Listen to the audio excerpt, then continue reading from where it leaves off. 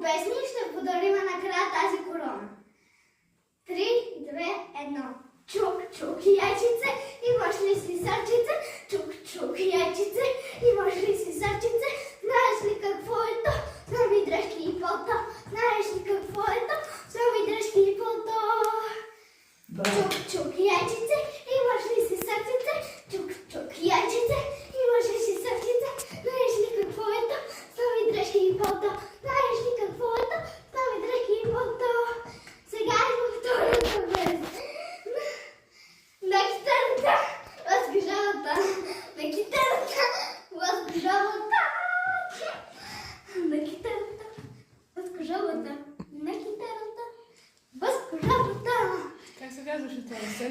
И сега ще подарим короната на някой от семейството. Плюс червено яйце. Ще го подарим с короната. Така, някой ще бе коронясан. Кой ще бе коронясан? Избираме. Коронясваме за този празник човека, който е седнал зад баба. Патрик! Мерси, да си ми жива, здрава, много щастливо. Обаче аз короля съм пък баба. Поста. Ма не може така. Добре, променим решението. Коронясваме баба. Айде!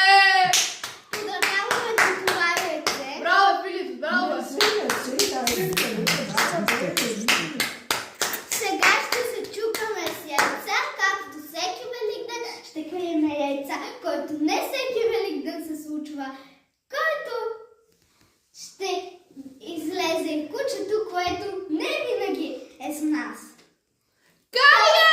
Та стана майка напоследък на 5 кученца, което от тях има 4. Нека сега да ги представим. 4 женски и 1 мъжко.